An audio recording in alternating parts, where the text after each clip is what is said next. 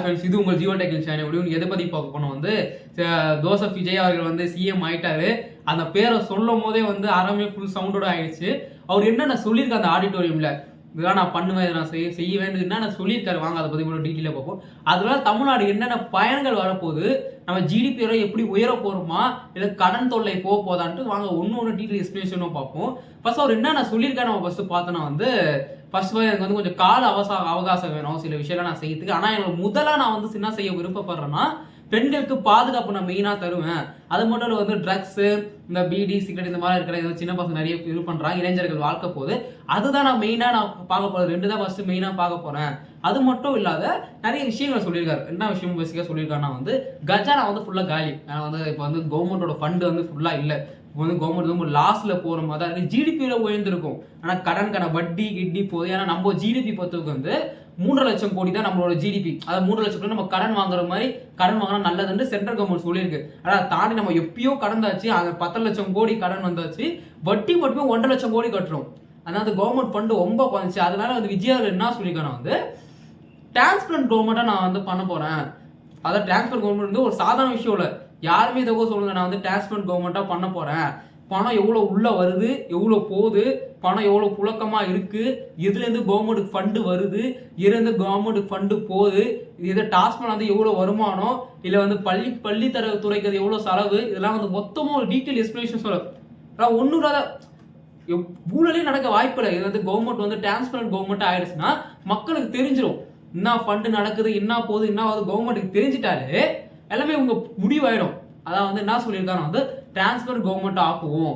அது மட்டும் இல்லாத இத்தனை ஒரு 6 வாட்டி கவர்னருக்கும் நாங்களும் நடந்து வந்துட்டோம். இது வந்து என்னோட கஷ்டம் மட்டும் பார்க்காத நீங்களும் இதுக்காக கஷ்டப்பட்டுருக்கீங்க, அது என் கூட நின்று இருக்கீங்க, எல்லாம் பண்ணியிருக்கீங்கன்ட்டு அவர் சொல்லியிருக்காரு. அது மட்டும் இல்லாத அவர் முதல் கையெழுத்து என்ன போட்டிருக்காரு, பெண்களுக்கு பாதுகாப்பு முதல் கையெழுத்து போட்டாரு. 200 அதாவது 200 யூனிட் வந்து இலவசமா அந்த கையெழுத்து போட்டு இலவசமா எல்லாருக்கும் தரணும்னு சொல்லிட்டு கையெழுத்து போட்டிருக்காரு.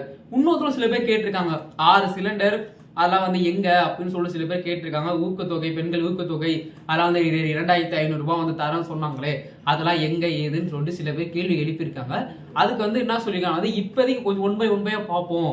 அதான் கஜானா இல்லைன்னு சொன்னாங்க, கஜானா இல்லை அதை பற்றி சொல்லியிருந்தில்ல, அதெல்லாம் உண்மையாக பார்ப்போம். ஆனால் எல்லாத்தையும் நாங்கள் செய்து முடிப்போம். சில பேர் சொல்லியிருப்பாங்க நான் வந்து அதெல்லாம் செய்ய முடியாது, ஃபண்டு இல்லைன்ட்டு. ஆனால் அதெல்லாம் வாய்ப்பு இல்லை, நாங்கள் செஞ்சு நாங்கள் காட்டுவோன்ட்டு அவங்க சொல்லியிருக்காங்க. இது இந்த சைடு போயிட்டு இருக்கும் போது ஒருத்தர் விஜய் போய் ஆலோசனை இதெல்லாம் போய் கேட்டிருக்காரு. ஆளுநரும் வந்து ஏதோ சமீபத்தை ஏதோ ஒத்துக்கினாலும் சரி ஓகே நீங்கள் சிஎம் ஆகலாம்னு சொல்லிட்டு. ஏன்னா 120 சீட்ஸ் அவங்க கேட்ட சீட்ஸோட அதிகமாகவே வந்துச்சு. ஒரு தொகுதியில் வந்து விஜய் வந்து ரிசைனாக அவர் பண்ணியிருக்காரு. வந்து 2 சீட்டில் ஜெயிச்சா வந்து 1 ரிசைன் பண்ணியிருக்கணும். நிற்கிறதுலாம் 2 தொகுதியில் நிற்கலாம், ஆனால் 1 வந்து ரிசைன் பண்ணணும். அதை ரிசைன் பண்ணிட்டாரு. இப்படி இந்த இடத்துல இப்படி இருக்கும்போது கையெழுத்து வந்து போட்டிருந்தால கவர்மெண்ட்டுக்கு என்னென்ன வந்து கவர்மெண்ட்டாக வந்து தமிழ்நாடு இப்போ என்ன நிலைமை நடப்பது, அவர் என்னென்ன வந்து டீட்டெயிலாக சொல்லியிருக்காருன்னு பார்த்தோன்னா வந்து விவசாயிகளுக்கு வந்து நாங்கள் மெயினாக பார்க்குறோம். அதாவது பெண்களுக்கு நம்ம பார்த்துட்டோம், அதுக்கப்புறம் வந்து இளைஞர்கள் பார்த்துட்டோம். இப்போ வந்து விவசாயிகளுக்கு நாங்கள் மெயினாக பார்க்க போனோம். விவசாயத்தையும் நிறைய இங்கே வந்து விவசாயம் கடன் நிறைய இருக்குது, விவசாய வேளாண்மை குறைஞ்சிருக்கு. அதாவது விவசாயிகள் நல்லா நாங்கள் பார்ப்போம். விவசாயிகளுக்கு நாங்கள் வந்து நல்லா நாங்கள் இந்த கவர்மெண்ட் வந்து விவசாயிகளும் நல்லா பராமரிப்போம்னு சொல்லிட்டு அவர் சொல்லியிருக்காரு. அது மட்டும் இல்லாத கடன் கட்டணும். ஏன்னா வந்து கடன் வந்து ஏறிட்டே இருந்தா வந்து வட்டி போயிட்டே இருக்கும். அதனால வந்து ஜிடிபி வந்து நம்மளுக்கு ரொம்ப ஜிடிபி ஏறி இருக்கு தமிழ்நாடோட ஜிடிபி. ஆனால் அது குறைஞ்சிருந்தாலும் நாங்கள் கடன் கட்டுறதுக்கான நாங்கள் வழியை நாங்கள் பார்ப்போம்.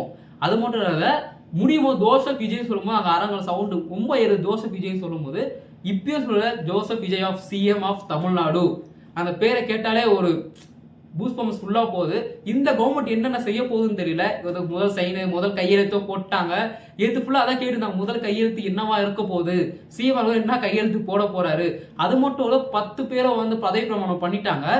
இது 10 பேர் பதவி பிரமாணம் பண்ண மீதி இருக்க எம்எல்ஏஸா எப்போ பதவி பிரமாணம் பண்ண போறாங்க தெரியல, அந்த டேட் தெரியல. இது மட்டும் இல்லாத விஜயர்கள் இன்னொரு ஆபத்து இருக்கு, ஃப்ளூட் டெஸ்ட். என்னடா அது என்னடா சொல்ற ஃப்ளூட் டெஸ்ட் என்னடா அப்படின்னா, ஃப்ளூட் டெஸ்ட்னா என்னன்னு கேட்டீங்கன்னா வந்து இப்போ வந்து சட்டப்பேரவையில் நிரூபிக்கணும்னு சொல்லுவாங்க. போயிட்டு இப்போ வந்து எதிர்கட்சியில் இருக்க வந்து 43 எம்எல்ஏஸ் இருக்காங்க, இவங்க ஒரு எம்எல்ஏஸ் இருக்காங்க, இவங்க 120 பேர், அது விஜயை சேர்க்கலாம் வந்து 119 வந்து எம்எல்ஏஸ் இருக்காங்க. இவங்க எல்லாரும் யார் வந்து விஜய்க்கு வந்து சப்போர்ட் பண்ணாங்களா, விஜய் வந்து சூப்பர். ஆனால் ஃப்ளூட் டெஸ்ட் வந்து உரிய வழிதான். இந்த கவர்னர் மேலேக்கு வந்து 6 வாட்டி நடந்து வந்துட்டாங்க. ஆனால் ஃப்ளூட் டெஸ்ட் வந்துதான் வந்து அட்டம் டைம் ஒருவர் ஜெயிச்சா இன்னைக்கு இல்லைன்னா வந்து ரொம்ப பெரிய ப்ராப்ளமேட்டிக்கா விஜய்க்கு ஒரு பெரிய ப்ராப்ளமேட்டிக்கா போகும். இந்த ஃப்ளூட் டெஸ்ட்ல என்ன செய்ய போறான்னு தெரியல. ஏன்னா இப்போதைக்கு வந்து தற்காலிகமாக தான் பதவி பிரமாணம் பண்ணி வச்சிருக்காங்க, என்ன வேணா நடக்கலாம். ஆனா இந்த கவர்மெண்ட் வந்து டிரான்ஸ்பரண்ட் சொல்லும் போதே வந்து ஓரளவுக்கு வந்து நானா வந்து ஷாக் ஆயிட்டேன்னா, அது டிரான்ஸ்பரண்டா ஊழலே நடக்காதா. இன்னொன்னு முக்கியமா சொல்லியிருக்காரு, மக்களோட பணத்தை நான் ₹1 நான் எடுக்க மாட்டேன். என் அமைச்சருக்கும் அதான் சொல்லுவேன். அப்படி ஒரு எண்ணம் இருந்துச்சு விஜய் கவர்மெண்ட்ல வந்து இதெல்லாம் டிவிக்கு கவர்மெண்ட் வந்து இதெல்லாம் எடுத்துடலாம் அப்படின்னு யாரும் நினைக்க முடியாது அப்படின்ட்டு ரொம்ப ஸ்ட்ராங்கா சொல்லியிருக்காரு. பார்ப்போம் இந்த டிரான்ஸ்பரண்ட் கவர்மெண்ட் வந்து நீடிச்சு இருக்கா, தமிழ்நாடோட டிஜிபி உயருதா, தமிழ்நாடோட கடன் குறையுதா, தமிழ்நாடு வல்லரசு இன்னமும் வல்லரசு ஆகுதான்ட்டு அடுத்தடுத்த வீடியோல உங்களை நான் வந்து எக்ஸ்பிளைன் பண்றேன். இது உங்கள் ஜீவா டெக் சேனல் வீடியோ. மோர் தென் இன்ஃபர்மேஷன் ஷேர் பண்றேன்னா சப்ஸ்கிரைப் பண்ணிக்கோங்க.